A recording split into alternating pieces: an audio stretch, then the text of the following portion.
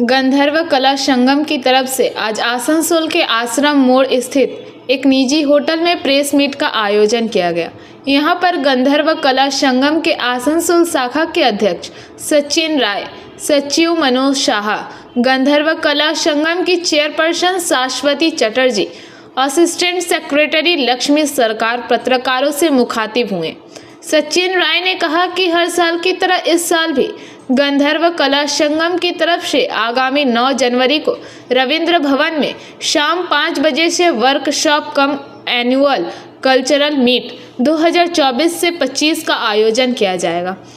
उन्होंने कहा कि इसके जरिए बंगाल और खासकर राढ़ बंगाल की सांस्कृतिक धरोहर को प्रदर्शित करने की कोशिश की जाएगी। उन्होंने कहा कि यहां पर पश्चिम बर्धमान जिले के अलावा बांकुड़ा, पुरुलिया, बीरभूम जैसे अन्य जिलों से भी 100 के करीब कलाकार हिस्सा लेंगे। আমাদের আগামী 9 জানুয়ারি গন্ধর্ব কলা সংগ্রামের ওয়ার্কশপ কাম অ্যানুয়াল কালচার মিট 24-25 অনুষ্ঠিত হবে।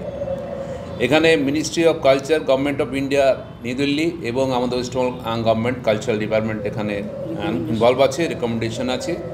আমরা প্রত্যেক বছর এই প্রোগ্রাম করি এবং এই বছর এটার উদ্দেশ্য একটাই যে সমস্ত আমাদের বাংলার যে রাঢ় বাংলার যে সংস্কৃতি সেটাকে তুলে ধরা এবং আদিবাসী ছেলেমেয়েরা যাতে ইনভলভ হয় এবং প্রতিটা জোন থেকে এখানে আসে, তাদের যে কালচার সেই কালচারকে তুলে ধরে এবং তারা অনেক যাদের মধ্যে প্রতিভা আছে তারা দেখেছি তাদের মধ্যে বিভিন্ন জায়গায় বিভিন্ন পারফরমেন্স আমরা লক্ষ্য করেছি যে আদিবাসী ছেলেমেয়েদের মধ্যে যে প্রতিভা রয়েছে তাদেরকে আরও স্প্রেড করা বা বুস্ট আপ করা আমাদের দরকার।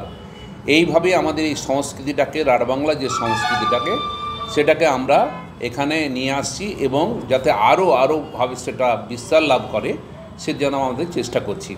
তো আমাদের গন্ধর্ব কলা সংগম আসানসোল শাখা এবং রানীগঞ্জ শাখা যৌথভাবে আমরা এটা করছি এবং বিভিন্ন ডিস্ট্রিক্ট থেকে এখানে আসবেন, বাঁকুড়া, বীরভূম, পুরুলিয়া সেই ডিস্ট্রিক্ট থেকে ছেলেমেয়েরা আসবেন, তারা এখানে মঞ্চস্থ করবেন।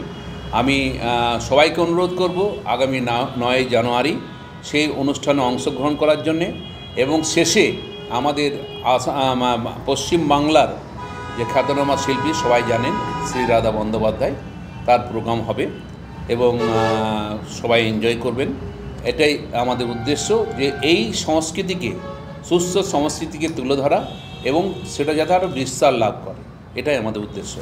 আমাদের রয়েছে শাশ্বতী, উনিও কিছু বলবেন। হচ্ছে আগামী 9 জানুয়ারি রবীন্দ্র ভবনে 5টা থেকে শুরু হচ্ছে, 5টা থেকে 9টা পর্যন্ত হবে। তো আমি সবাইকে অনুরোধ করছি সুস্থ সংস্কৃতি বিকাশের স্বার্থে আপনারা সবাই আসুন, এতে অংশগ্রহণ করুন। আশা করি আপনারা সবাই আনন্দ পাবেন। গেস্ট কারা থাকবেন, কারা উদ্বোধনে থাকবেন? উদ্বোধনে থাকছেন আমাদের রামকৃষ্ণ মিশনের মহারাজ স্বামী সমত্মানন্দজি মহারাজ থাকবেন এবং আরও বিশিষ্ট ব্যক্তিবর্গ ওখানে অনুষ্ঠিত অংশগ্রহণ করবেন।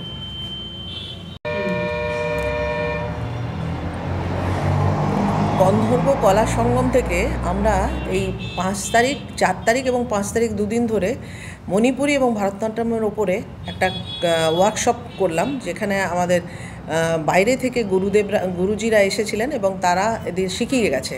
মোটামুটি আমাদের এখানে 30 জন ক্যান্ডিডেট ছিল যারা বিভিন্ন শৈলীতে, মানে ভারতনাট্যম, মণিপুরি ইত্যাদি শৈলীতে ভীষণভাবে সুন্দরভাবে নাচগুলো শিখে গেছে এবং সেইটা আমরা চেষ্টা করব আমাদের এই 9 তারিখে যে অ্যানুয়াল ফাংশনটা হবে সেটাতে তুলে ধরার। আর এই যে দেশের যে বিভিন্ন ক্লাসিক্যাল ডান্সের যে ব্যাপারটা আছে সেটা কিন্তু আমরা এই গন্ধর্ব কলা সংগমের মাধ্যমে তুলে ধরার বরাবরই চেষ্টা করে আসছি। এটা আমরা 9 তারিখে আবার আপনাদের সামনে উপস্থিত করব। আপনাদের আবার বলি, অ্যানুয়াল কালচারাল মিট আমরা প্রত্যেক বছর অনুষ্ঠিত করি আর কি। তো এর মধ্যে আমাদের দাদা যেমন বললেন, আমাদের রাজ্যের যে সংস্কৃতি, রাঢ় বাংলার সংস্কৃতি তো থাকেই, তার সাথে আমরা দেশের যে কালচারটা প্রত্যেকবারই কিছু কিছু স্টেটের কালচারকে আমরা হাইলাইট করি। এবারে যেমন বাংলার সাথে, বাংলার রাঢ় বাংলার পুরুলিয়ার সাথে আমরা রাজস্থান আর নাগাটাকে হাইলাইট করছি।